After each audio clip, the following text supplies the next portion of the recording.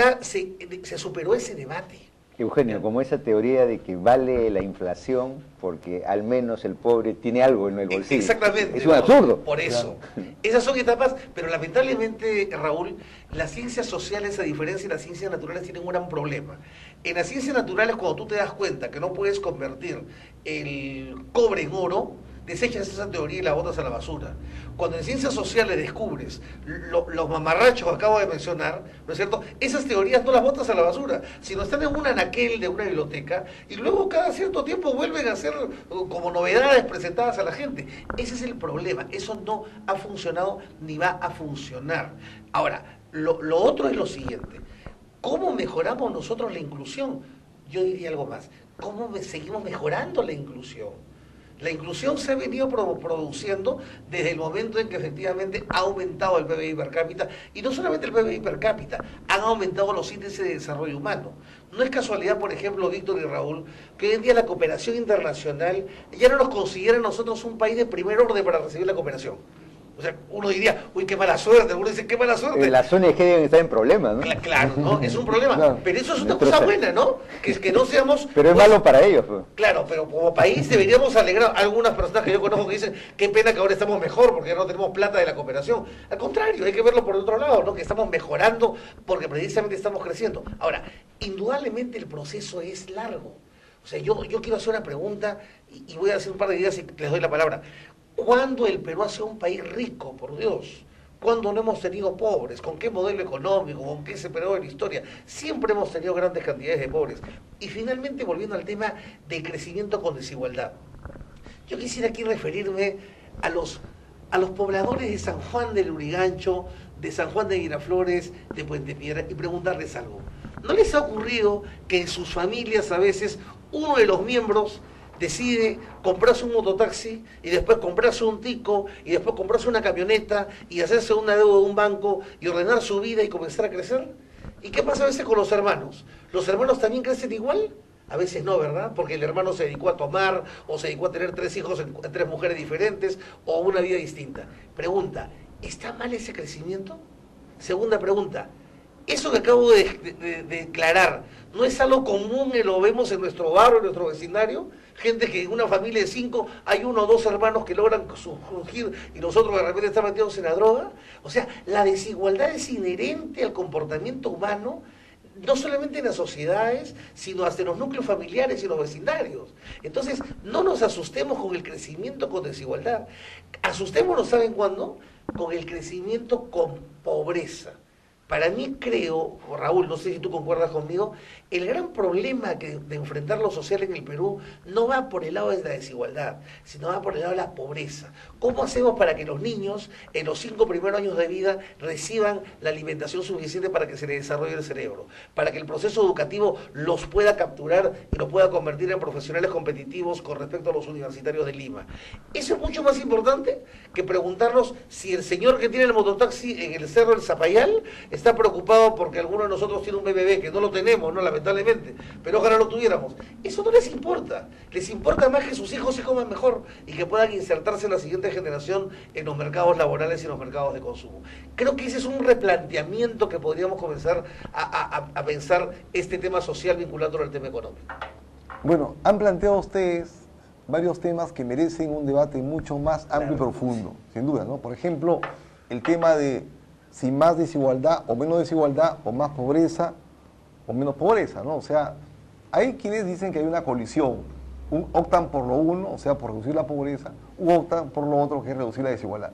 Pero ese debate lo haremos de repente en algún momento, y de repente lo haremos en el foro diálogo democrático que estamos propiciando, que tiene y va a tener varios escenarios, ¿no? Luego, Raúl ha planteado el tema del mercado. Me da mucho gusto que la izquierda marxista reciclada, ¿no?, se ha dado cuenta, y más aún a partir de experiencia de China, que el mercado es una realidad, que el mercado existe, que no es una entelequia, y que hay que hacer más mercado en el Perú, por ejemplo, ¿no? Porque antes decían, no, inversión, no al capital extranjero. Bueno, pues, el capital extranjero y la inversión, cuando se trata con dignidad y respeto desde el punto de vista nacional y popular, es bueno para los países, ¿verdad? Ahora, si me permites una diligencia muy breve nomás, venga. Raúl. En estos momentos en particular es más importante apoyar el tema social en la inversión privada de este país, local, sea nacional o extranjera, porque nos estamos confrontando a un escenario en el cual la economía comienza a contraerse, está entrando en un periodo de contracción, ¿no es cierto? Los propios capitales chinos ya no saben dónde llevar su dinero, ya tienen muchos capitales, pero ya Europa se les está cerrando, y nosotros podemos abrirles una puerta si generamos un clima de inversión apropiado. Entonces ahí viene el vínculo entre nuestra situación y nuestro aprovechamiento de oportunidades con respecto a la situación internacional, de la cual seguramente algún comentario nos puede entregar también Raúl. Bueno, entremos a lo último, ¿no? O sea, ¿qué está pasando en el mundo? ¿Qué está pasando en Europa, en Estados Unidos, ¿no es cierto? Y cómo estos acontecimientos casi recientes que se han agudizado en los últimos meses y días, ¿no? Va o está influyendo en el contexto nacional. Por ejemplo, fíjate, los ricos en el mundo le están diciendo a sus gobiernos, a sus políticos, señores políticos, señores gobernantes, ustedes a nosotros no nos cobran lo que debiéramos pagar y podemos pagar. Ustedes están presionando a que paguen los más pobres, las clases medias. Queremos pagar más. Warren Buffett, uno de los más grandes millonarios del mundo, lo ha hecho en Estados Unidos. Igualmente en Francia, los ricos dicen queremos pagar más impuestos. Ya Sarkozy, por ejemplo, ¿no? decidió con su gobierno una tasa de 3% de impuestos a las utilidades mayores de $500.000, por ejemplo, ¿no?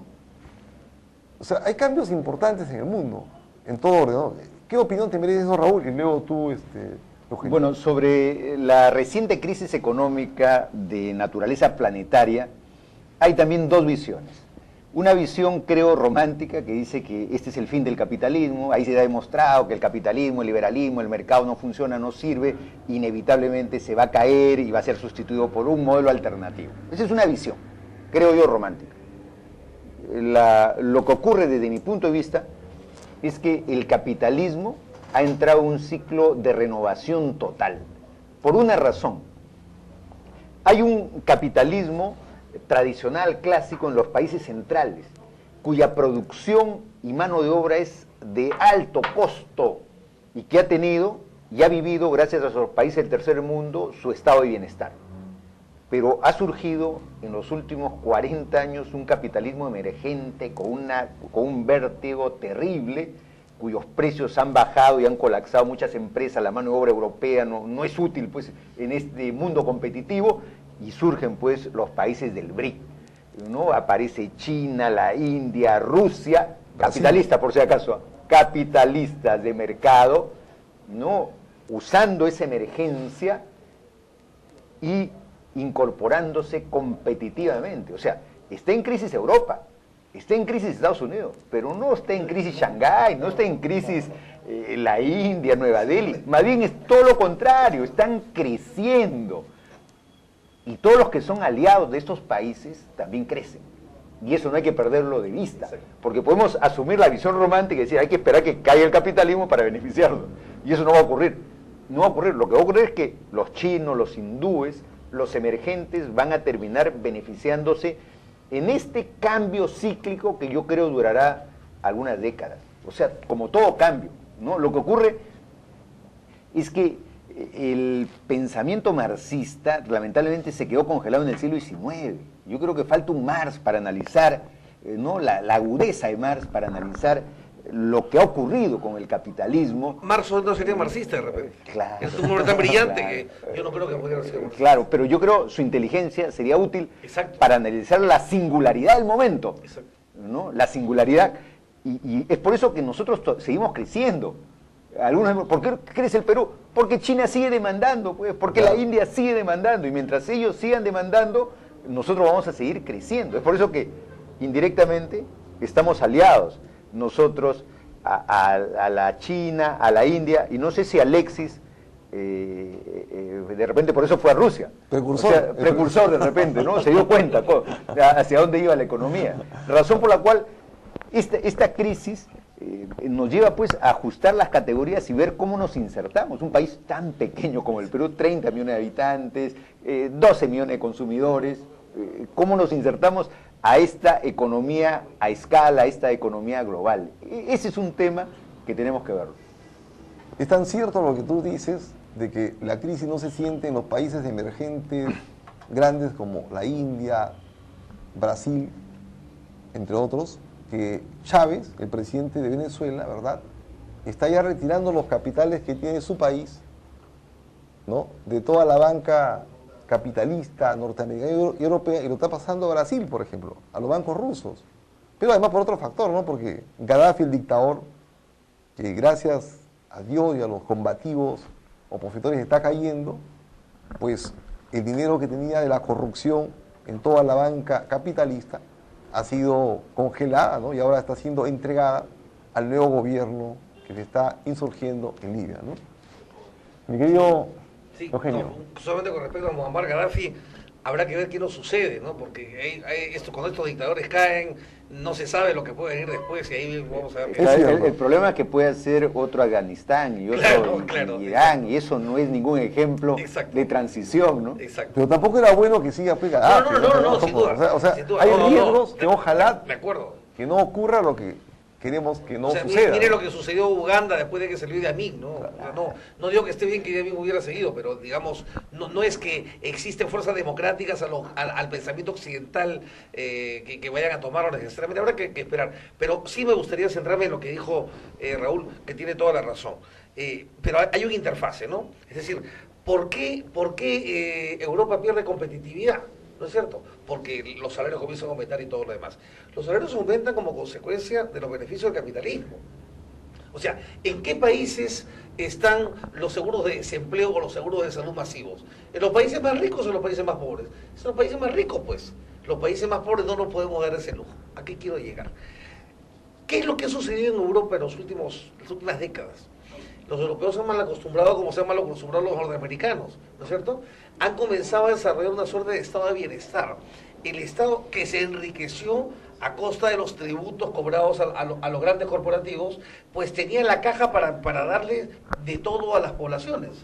Pero eso obviamente generó más demandas y más demandas. ¿Y cuál es el punto final?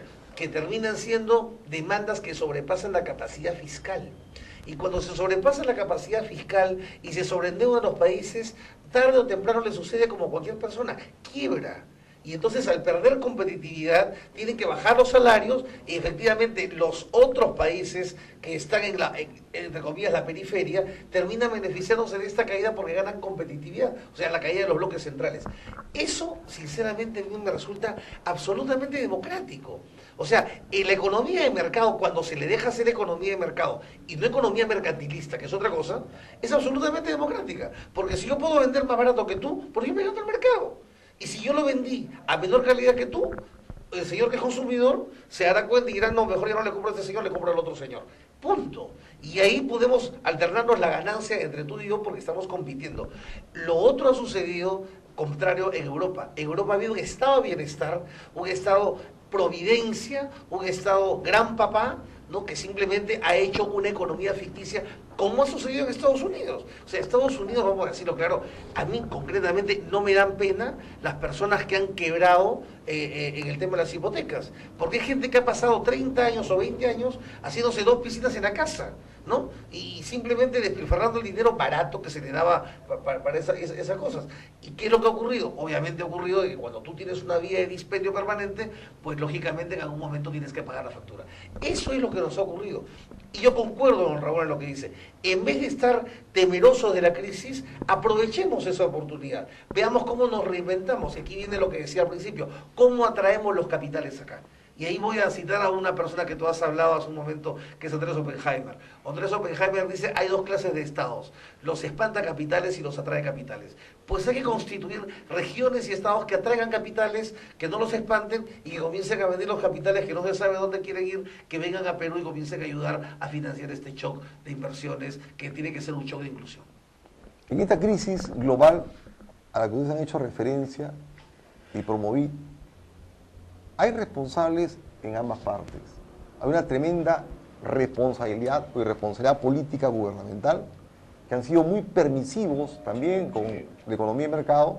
Por ejemplo, no regularon oportunamente, adecuadamente en Estados Unidos, dejaron que la banca financiera haga lo que quiera, ¿no?, en 2 aspectos que fueron el desideratum de toda esta crisis, ¿no? O sea, uno, creando pues esa economía de burbuja, ¿no?, inmobiliaria, que fue la madre del problema, y luego creando productos insolventes, solamente por el purito de crear productos que generen riqueza a los más ricos, ¿no? Y por parte de los estados, por ser permisivos, ¿no? Tanto que el Congreso norteamericano y algunos congresos europeos